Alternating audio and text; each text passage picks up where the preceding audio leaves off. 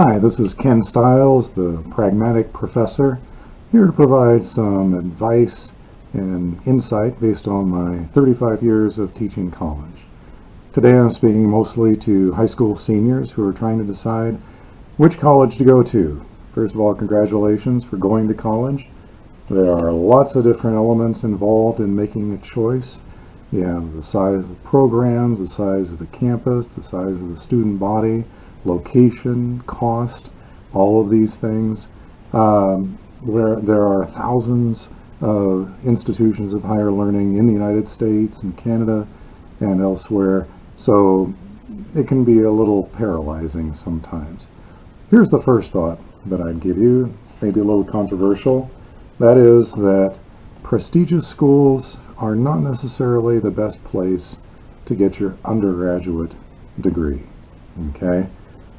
For one thing, the faculty are usually not teaching introductory courses at prestigious universities.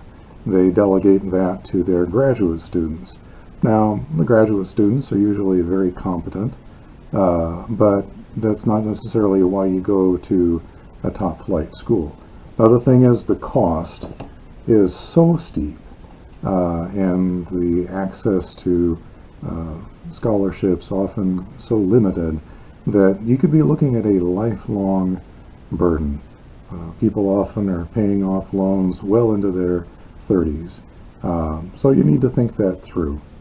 On the other hand, at prestigious universities you might find some opportunities for some really nice connections and contacts.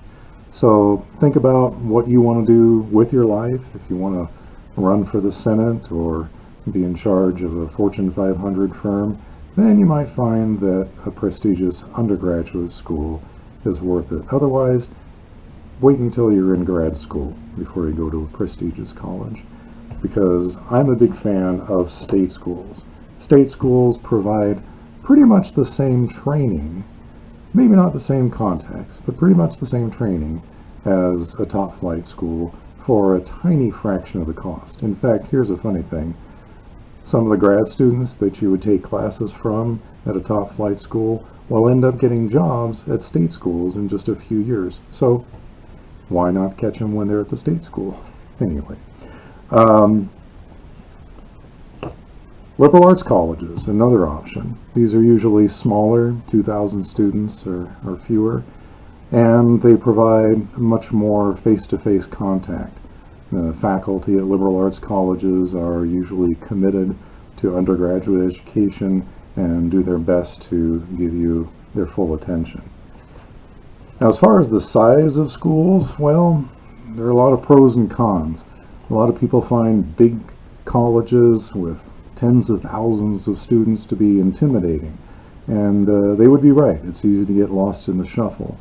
On the other hand, these are the colleges that are going to have hundreds of majors and all sorts of extracurricular programs and activities. So they give you more choice, they give you more options. Same thing is true of colleges that are in cities, that are in urban areas. They can be a little scary, but then again, they give you lots and lots of options, especially where you get a chance to take classes from other colleges just down the street.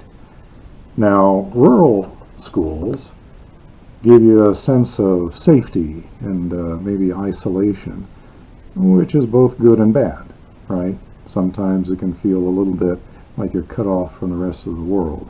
So think about how engaged you want to be in the world around you, how much you want to be safe and protected, how many risks you're willing to take, and let all of those things be considerations in your choice of college. Okay. One thing I will say is, whatever college you go to, make sure to ask for all the money you can. Okay.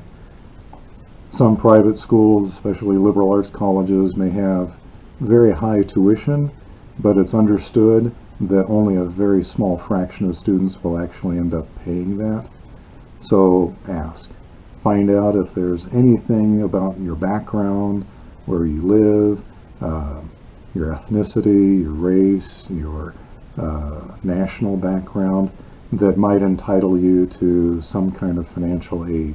You can even go to some of the local service organizations, Rotary, Lions, and so forth, and you might be surprised that they're willing to cough up a few $100s to help pay for your books and things. But at the end of the day, chances are that you'll need to get a job. And again, this is where a big college might be an advantage because you'll have more options. But some liberal arts colleges have very creative options for work-study activities that allow you to take care of some of your college costs and maybe some of your college credits by taking work and doing some jobs. So that's my thoughts on the matter. This is the Pragmatic Professor, and I wish you the best of luck. So thanks for watching. I hope that was helpful to you. Make sure to comment and like and share and watch for other videos. And of course, the views expressed are my own and not necessarily those of any institutions with which I've been affiliated over the years. Take care. Bye-bye.